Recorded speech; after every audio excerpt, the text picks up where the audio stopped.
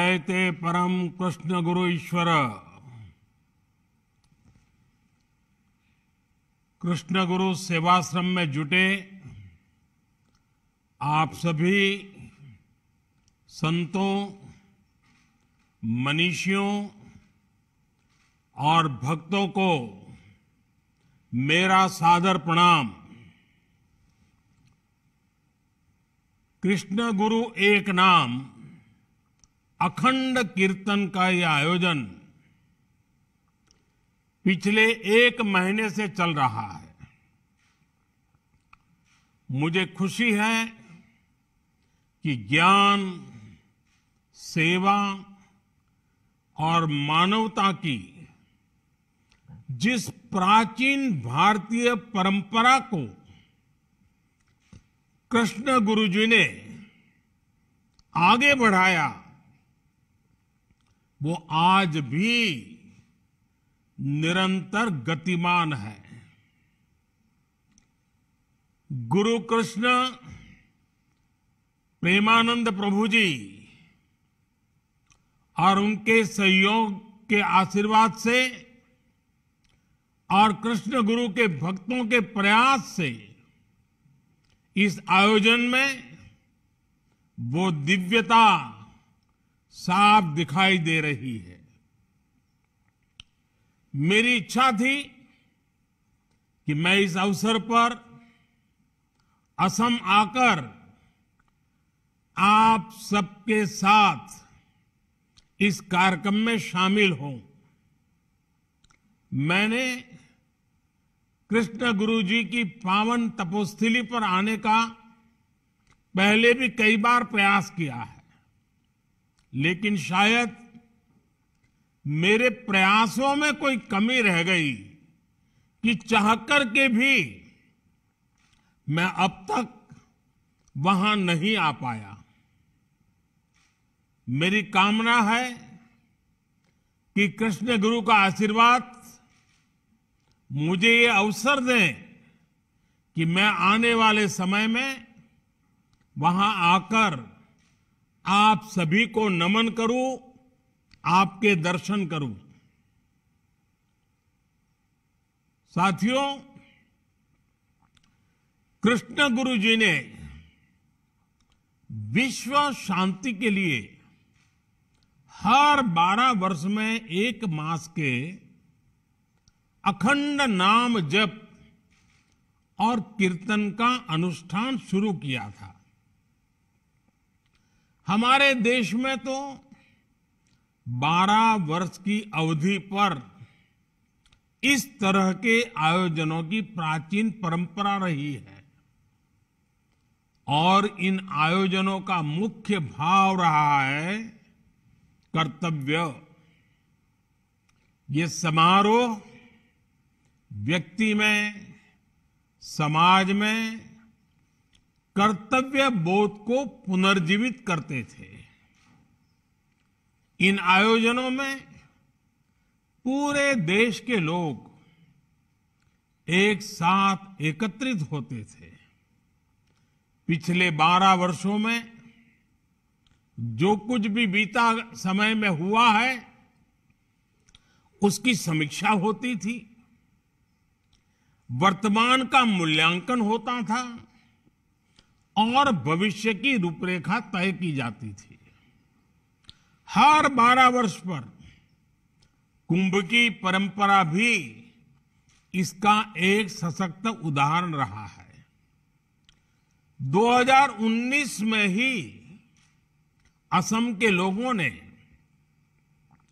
ब्रह्मपुत्र नदी में पुष्करम समारोह का सफल आयोजन किया था। अब फिर से ब्रह्मपुत्र नदी पर यह आयोजन 12वें साल में ही होगा।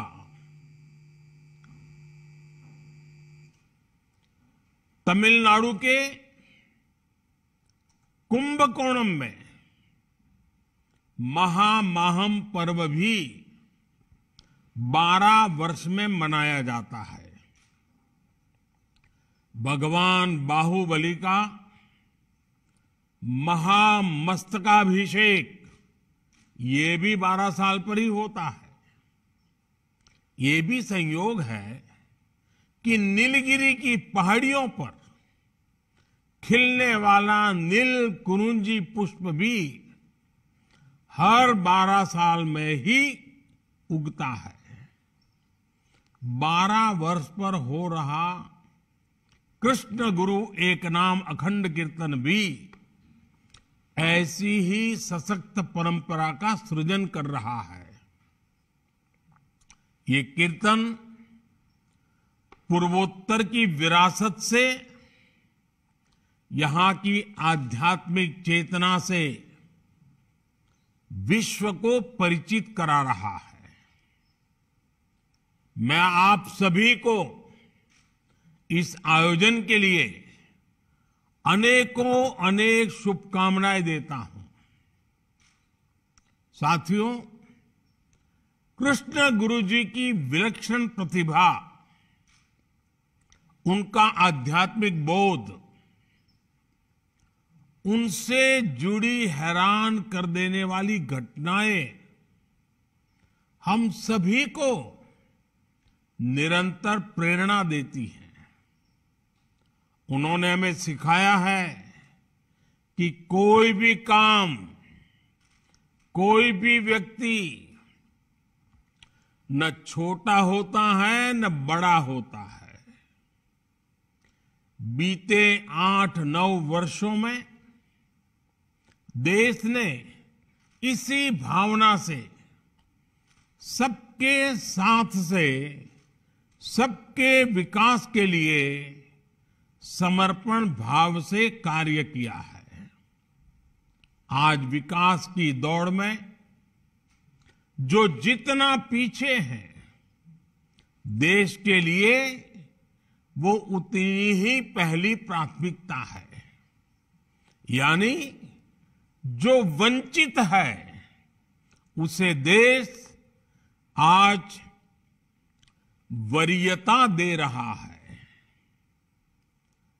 वंचितों को वरीयता। असम हो, हमारा नॉर्थ ईस्ट हो, वो भी दशकों तक विकास के कनेक्टिविटी से वंचित रहा था। आज देश असम और नॉर्थ ईस्ट के विकास को वरीयता दे रहा है, प्राथमिकता दे रहा है। इस बार के बजट में भी देश के इन प्रयासों की और हमारे भविष्य की मजबूत झलक दिखाई दी है। पूर्वोत्तर की इकोनॉमी और प्रगति में पर्यटन की एक बड़ी भूमिका है। इस बार के बजट में पर्यटन से जुड़े अवसरों को बढ़ाने के लिए विशेष प्रावधान किए गए हैं। देश में 50 टूरिस्ट डेस्टिनेशंस को विशेष अभियान चलाकर विकसित किया जाएगा। इनके लिए आधुनिक इंफ्रास्ट्रक्चर बनाया जाएगा, वर्चुअल कनेक्टिविटी को बेहतर किया जाएगा, टूरिस्ट सुविधाओं का भी निर्माण किया जाएगा। पूर्वोत्तर और असम को इन विकास कार्यों का बड़ा लाभ मिलेगा। वैसे आज इस आयोजन में जुटे आप सभी संतों, विद्वानों को मैं एक और जानकारी देना चाहता हूं। आप सबने भी गंगा विलास क्रूज के बारे में सुना होगा। गंगा विलास क्रूज दुनिया का सबसे लंबा रिवर क्रूज है। इस पर बड़ी संख्या में विदेशी पर्यटक भी सफर कर रहे हैं। बनारस से बिहार में पटना, बक्सर, मुंगेर होते हुए ये क्रूज बंगाल में कोलकाता से आगे तक की यात्रा करने हुए बांग्लादेश पहुंच चुका है। कुछ समय बाद ये क्रूज असम पहुंचने वाला है।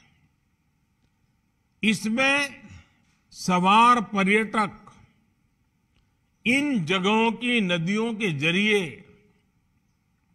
विस्तार से जान रहे हैं, वहां की संस्कृति को जी रहे हैं। और हम तो जानते हैं, भारत की सांस्कृतिक विरासत की सबसे बड़ी अहमियत, सबसे बड़ा मूल्यवान खजाना हमारे नदी तटों पर ही है, क्योंकि हमारी पूरी संस्कृति की विकास यात्रा नदी तटों से जुड़ी हुई है। मुझे विश्वास है, असमिया संस्कृति और खूबसूरती भी गंगा विलास के जरिए दुनिया तक एक नए तरीके से पहुंचेगी। साथियों, कृष्ण गुरु सेवाश्रम विभिन्न संस्थाओं के जरिए पारंपरिक शिल्प और कौशल से जुड़े लोगों के कल्याण के लिए भी काम करता है।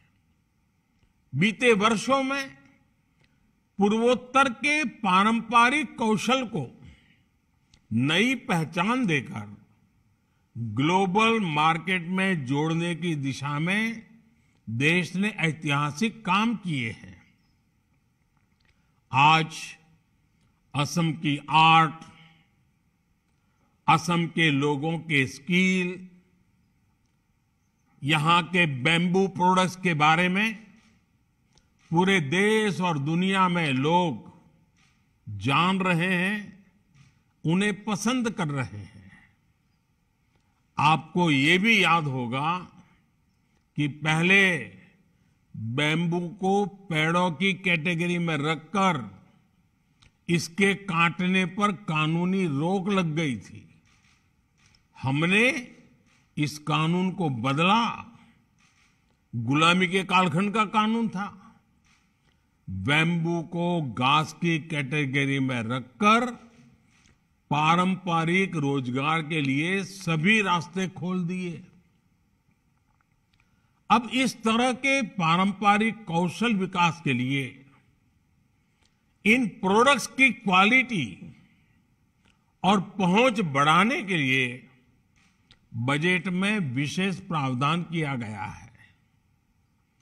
इस तरह के उत्पादों को पहचान दिलाने के लिए बजट में हर राज्य में यूनिटी मॉल, एकता मॉल बनाने की भी घोषणा इस बजट में की गई है।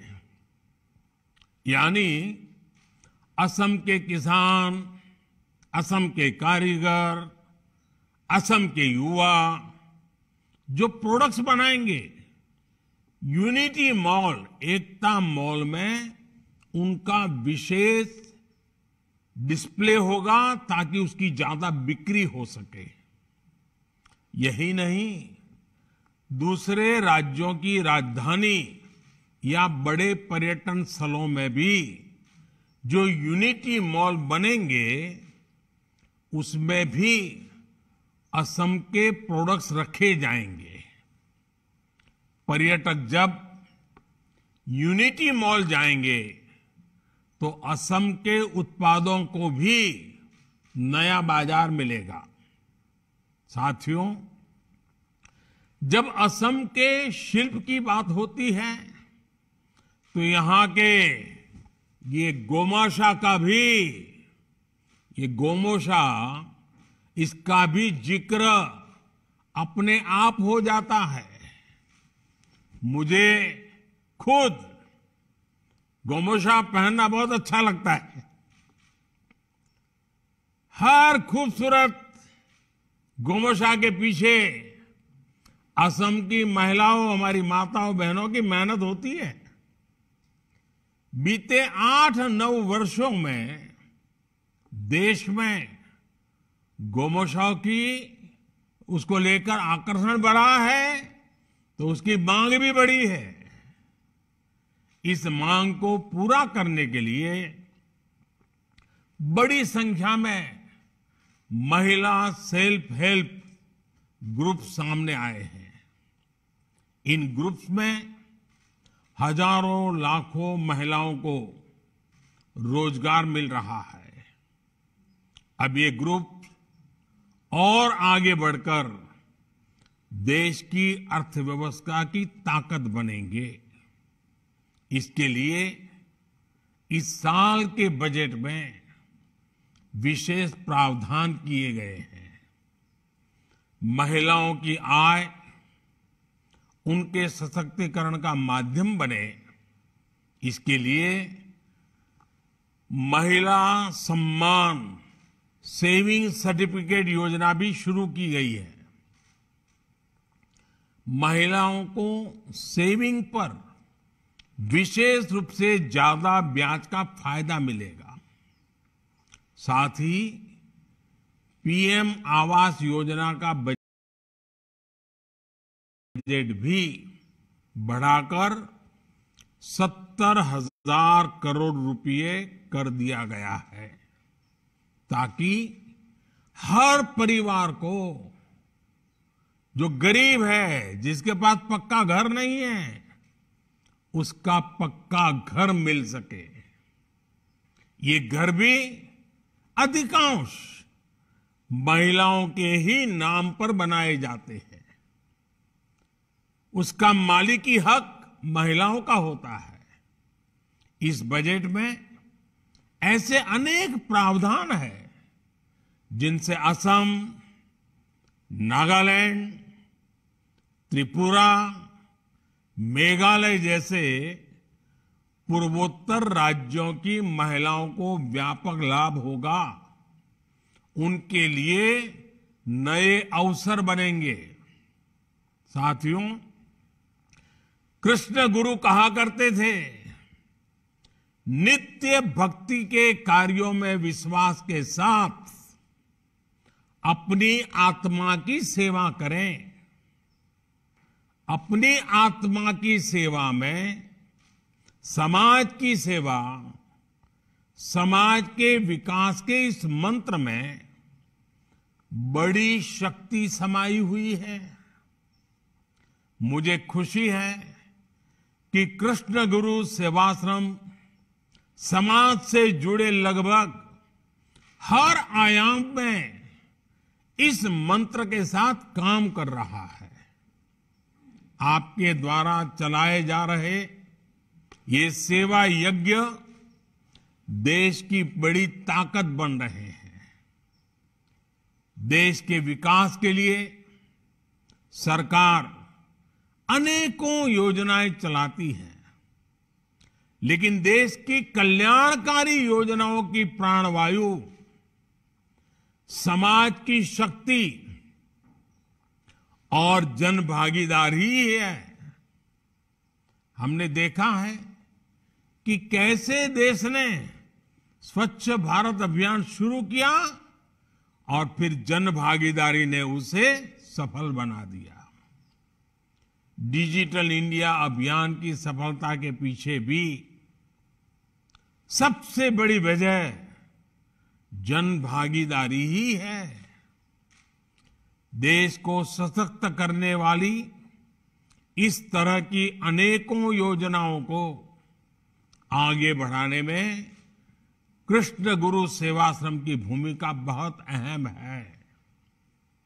जैसे कि सेवाश्रम महिलाओं और युवाओं के लिए कई सामाजिक कार्य करता है। आप बेटी बचाओ, बेटी पढ़ाओ और पोषण जैसे अभियान को आगे बढ़ाने की भी जिम्मेदारी ले सकते हैं।